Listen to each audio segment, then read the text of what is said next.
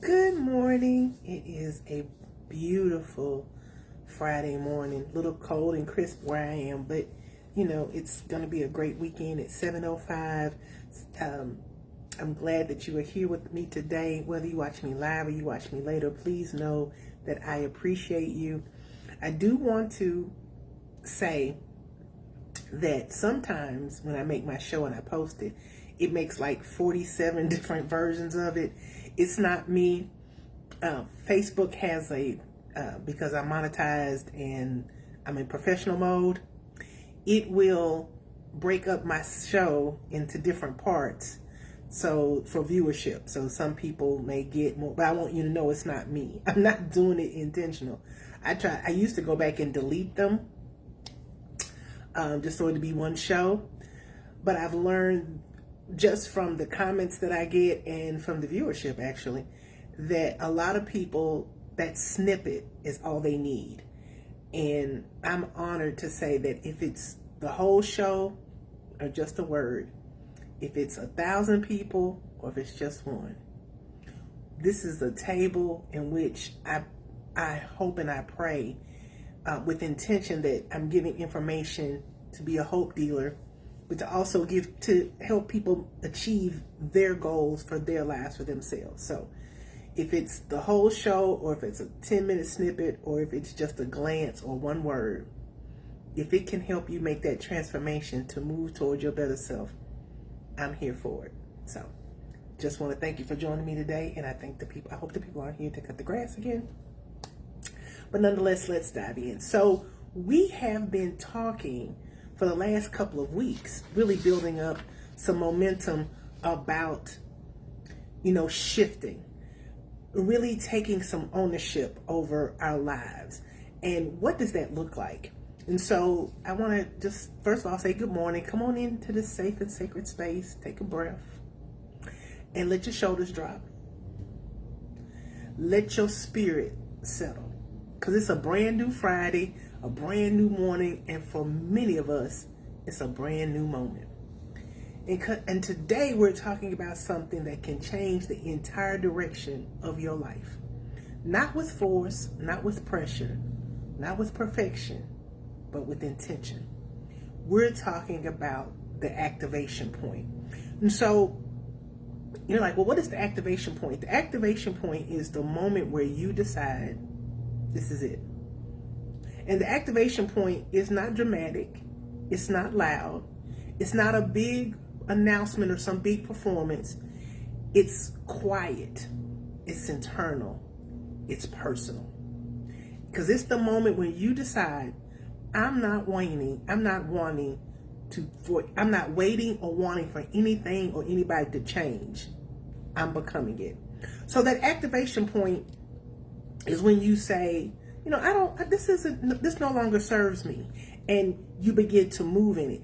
Good morning, Miss Gay. Love you. The activation point is where you say, this isn't working for me. And you begin to move. Now let me clarify between the two, and I'm sure I'll get into this in my notes. But the difference between an activation point and just talking about it is the next step. Have you ever been in a situation where you go, this is it for me? I've done that a lot. I've been in situations where I've said, this isn't for me.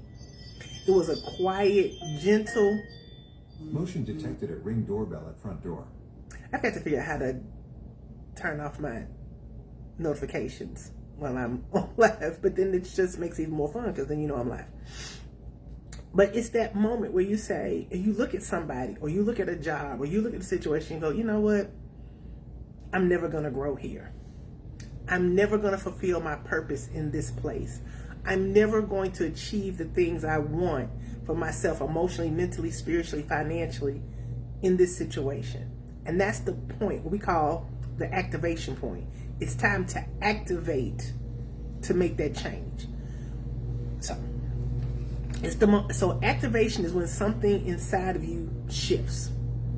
Not because you're tired, not because you're pressured, but you finally realize, I'm ready to honor myself, and this is not it. It's the moment where you stop negotiating with old patterns, old places, old behaviors. The moment you stop explaining away your needs and wants. It's the moment you stop shrinking to make everybody else uncomfortable. Because activation is the moment, the activation point is the moment where you choose you. So many of us have been conditioned that if we love our friends or we love our family, then we will put them first. I say this a lot. It's my theme. You cannot give what you do not have. And so if you're pouring out of an empty fountain, if you're constantly putting your needs last, you're never going to be able to activate the things in your life that you truly need. The activation point says, I have to have this boundary. I have to have this level of respect. I have to have this level of communication. This is no longer a negotiable. This is something we can negotiate. This is a must. If you're going to come in my life, then these are the things that you have to have in order to be in my life. To be in my life is an honor. To have me in your life is a privilege. I am not something that you can just cast away and be a second thought or afterthought. Activation and putting yourself first means that I am the priority. And so when people think about the activation point, they think it has to be this big dramatic, I'm always concerned when people say, I'm leaving Facebook or I'm leaving social media. Bye. If you feel as if that being on social media is not for you, you don't have to announce it to the world. Just leave. If you want to denounce something, denounce it in private.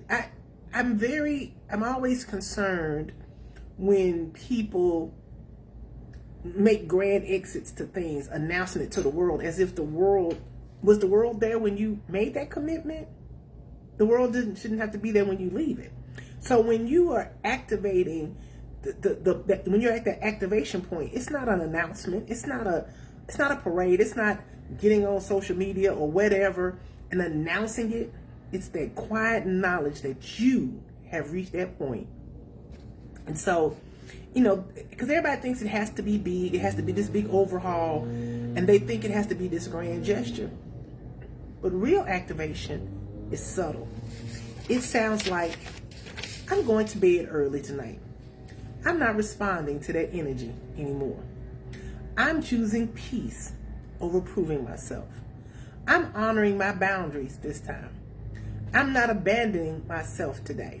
I'm going to choose what's best for me. I have a right to say no. I have the ability to maintain my integrity and my peace without compromise. Activation is not about doing everything. It's about doing one thing differently. One shift, one choice, one moment of self-leadership. Because small shifts create big change. In coaching and in therapy, I'm really going to stop these people and ask them why they come at 8 o'clock on Fridays. The one thing we talk about in counseling and in coaching is that the bigger the change you want to make, the smaller the steps have to be.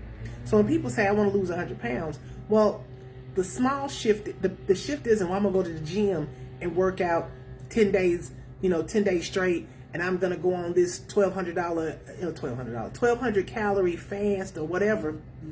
That's big. That's grandiose. It's the small things. It's when I'm sitting at the dinner table or I'm out with friends and everybody else is ordering what they want. I choose to order something that's going to benefit my body and where I want to go. Everybody else is drinking, but I choose not to drink. It's those small steps that make the biggest change. Because even with a ship, if the bigger the ship, the smaller the rudder. And when you have to because if you turn it too hard, the ship will flip over. You want to make small, subtle changes and then what happens is you build momentum. You build self-discipline. When you're able to master the one thing, I'm going to go to bed early. I'm going to work out I'm going to work out today.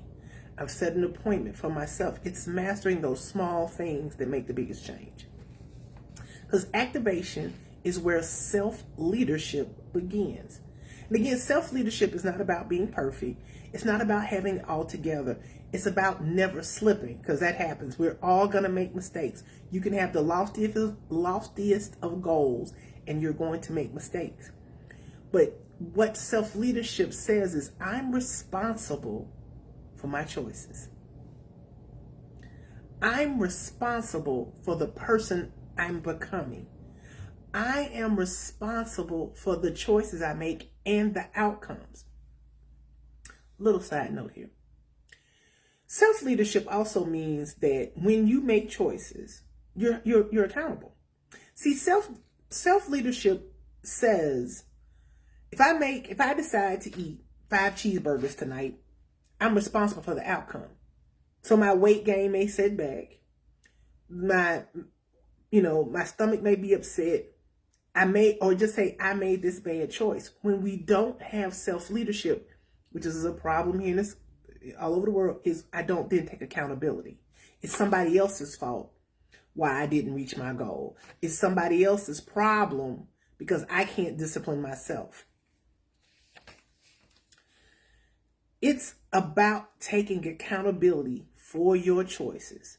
Again, not from a place of shame, but from a place of power. When you can own your decisions, when you own your consequences, that's power. You're not ducking and diving. You're not blaming anyone else. Because see, when you take ownership and you take power over your choices, what you're doing is then you're saying, I am responsible for it, thus I can change it. If I can take my power, instead of saying, well, they made me this and she or he and they, it's me. I come from a place of power. If I can acknowledge my role in it, then I can take the power to change it. When you don't take the power and self-discipline, self-accountability, self-leadership, you're allowing your emotions, your money, your feelings to be caught up with somebody else's stuff, because then you are dependent on that other person to make you feel good. You're dependent on that person to give you worth. Accountability for your choices means you have the power. And it's you saying, I deserve a life that reflects who I'm becoming, not who I used to be. And every time you make that self-honoring decision, you activate a new version of yourself every single time. So when you are making those small decisions, when you're taking those small steps, what you're doing is you're making self-honoring decisions. No, I'm not going to do that. No, I'm not going to have that conversation. No, I'm not going to let you talk crazy to me. No, I'm not going to take on this additional project at work when everybody else, I've taken on the last 6. No, I'm not going to go drinking and spend money that I don't have because I'm trying to save my money to build a house or whatever. When every single time you make a self-honoring decision, you create power. You're creating power. You're manifesting the person that you are and are becoming. You are honoring everything that you are. And so, again, that's not out of a place of shame because people mess up. But when you take power and take self-leadership, every time you make that self-honoring decision, you're activating that new and better version of yourself. Because there's always a moment, a private, quiet moment in your life where you say, enough. It's time. Enough of working for somebody else. I'm going to work for myself. Enough of this emotional and physically abusive relationship or friendship. I'm moving on. Enough of people pleasing and doing everything else to make sure that everybody else is happy. Enough. I'm now going to create time. It's time for me to activate. Because you're not broken. It's not that you failed. It's not that you're behind. It's because you're ready. You're ready to grow. You're ready to evolve. You're ready to honor your truth. You're ready to stop waiting for permission to lead the life that God sent you to live anyway. So many of us are waiting for permission to live the life that we've already been called to live.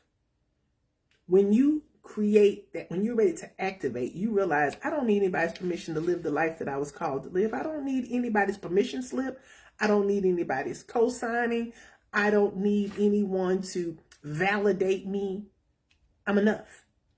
I have everything in me. Now, it's going to take work because my friend, I can't think of his name right now, put on his page that, yes, I manifest, but I work at this.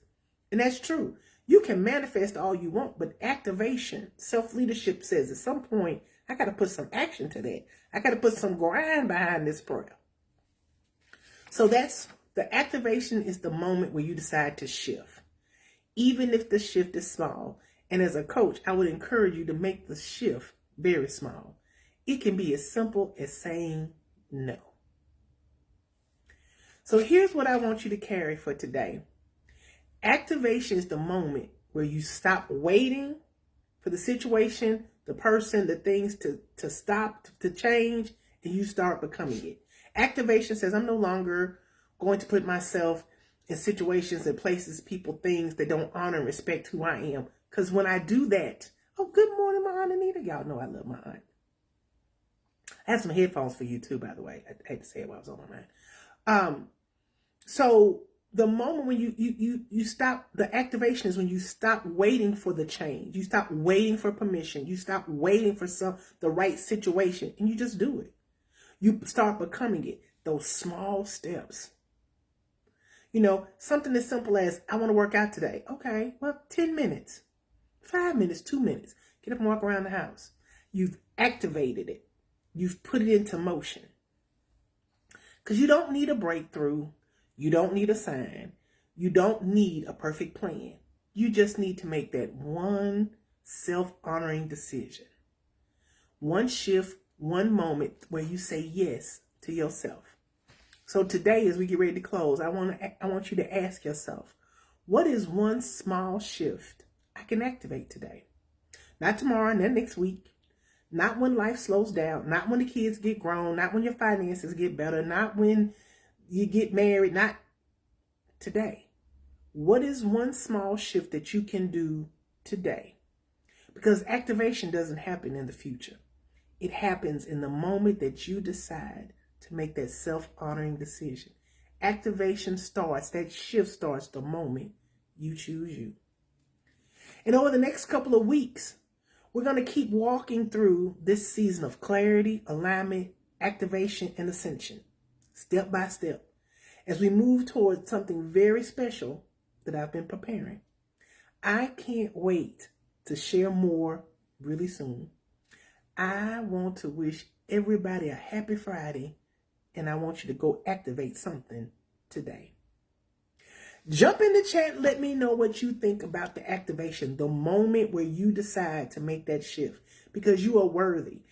Again, the biggest takeaway, you don't need permission to start. It doesn't have to be a grandiose plan. It just has to be a small, still commitment.